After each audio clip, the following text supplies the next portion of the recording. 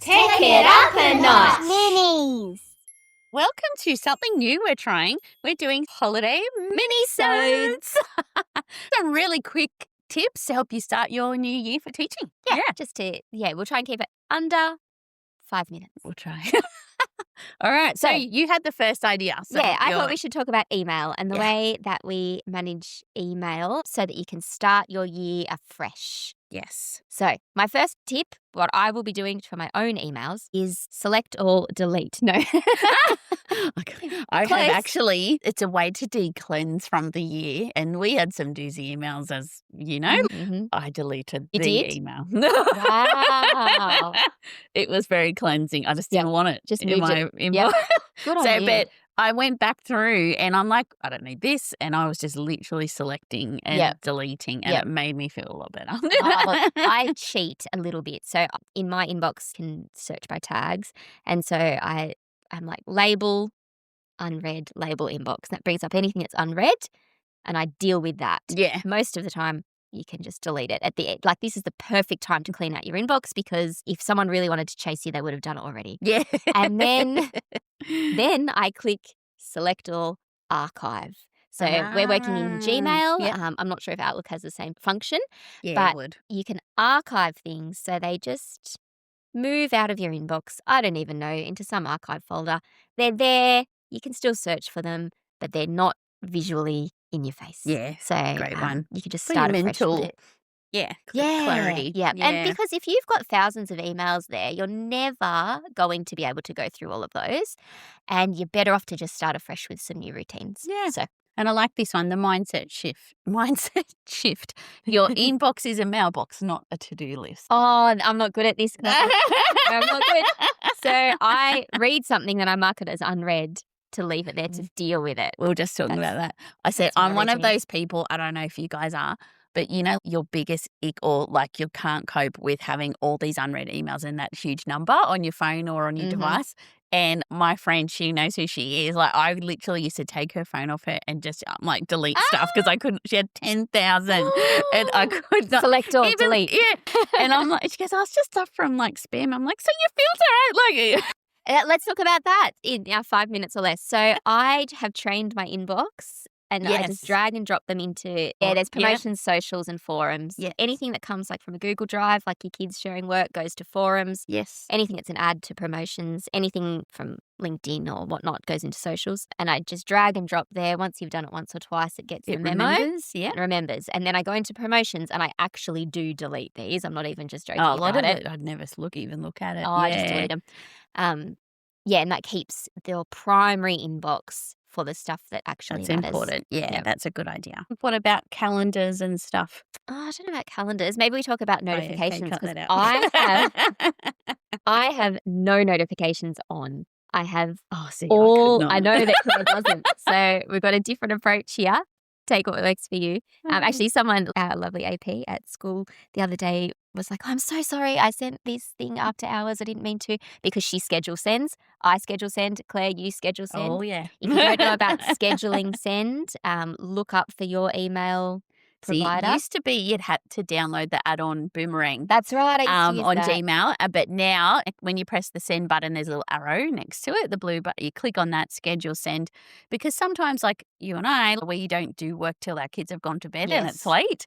And sometimes you just have to get this done to get it out of your head and you know it's done. Yep. And then I've accidentally sent things before at that time of night. Some people do, but it doesn't look good. It's like not ideal. Yeah, even our school uses Seesaw, and on the weekend I've wanted to put stuff on for parents, and I forgot to schedule send, and then it doesn't look good. So it's a really great tool to use. So that way you get it out of your head mentally, but then you've scheduled send it for a more appropriate time. Because I do think those rules about, what did they call them?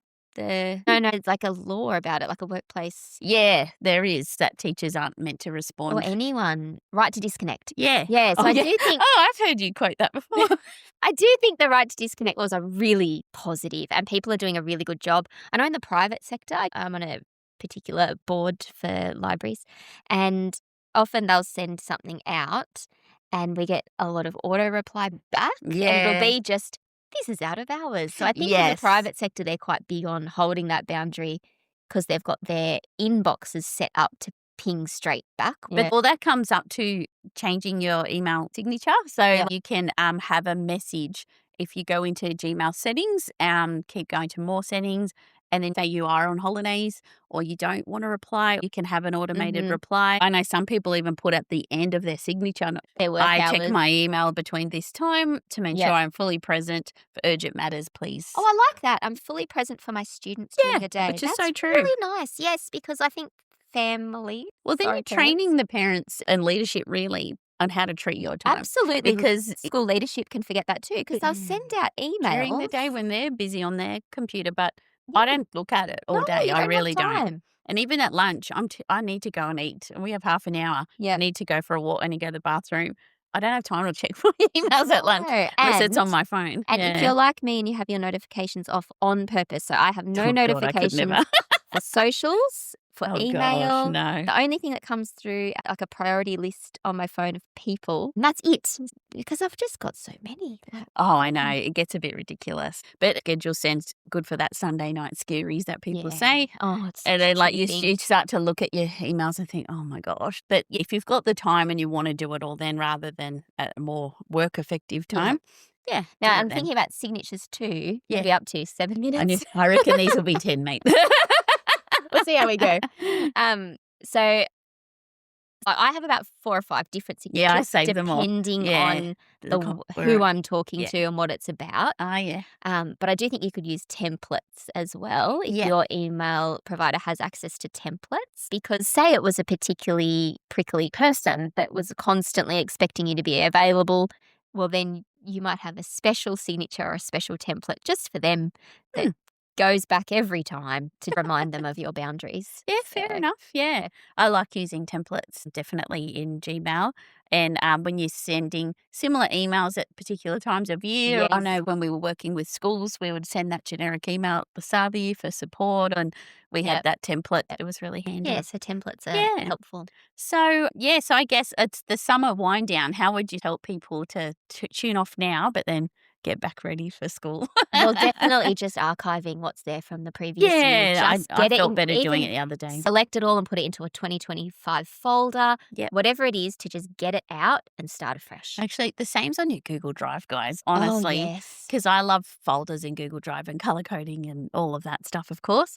And I find over time when you're busy in the term, you're doing a lot of lessons and you're creating a lot of content. Yes, it gets You forget cluttered. to put stuff in the drive or on your Yep, school yep. file share or something like that. So just going back through, sometimes you have so many untitled things because you've just opened something to demo to your class and it's not point. You know what I do? I've got a really good workflow going for that, or a habit perhaps. If I've done that, I just change the title of it to delete. Oh, good idea. And so then when I go into my drive, I just search for delete and delete them all. Because if it's untitled, I'm like, I better check what it is. That's 'cause then you got to right. open it. And Yeah. So that's a good tip. And I like to do at the start of the year when I teach students, like our year 4s are going to have BYOD Chromebooks next year. And I'm going to show them all the good old stuff about how to create Set up folders your in your drive. drive Yep. and make folders. And they wouldn't have a whole lot on there, probably not from like when they're in No. COVID, they were using it maybe. No. But yeah, having that habit of deleting stuff, archiving. Yeah, you could definitely do it with the kids too. Yeah, I think because- it's good for them. Yeah, log in My boys before are you well start. trained with it. Yeah. Before you start the year, get rid of what you don't need, file what you do want to save, and start fresh. Yeah. And that's 10 minutes. Yes. So I think that's it. I think that's it. So yeah. good luck with your emails. Yes. May the odds be ever in your favour. Enjoy.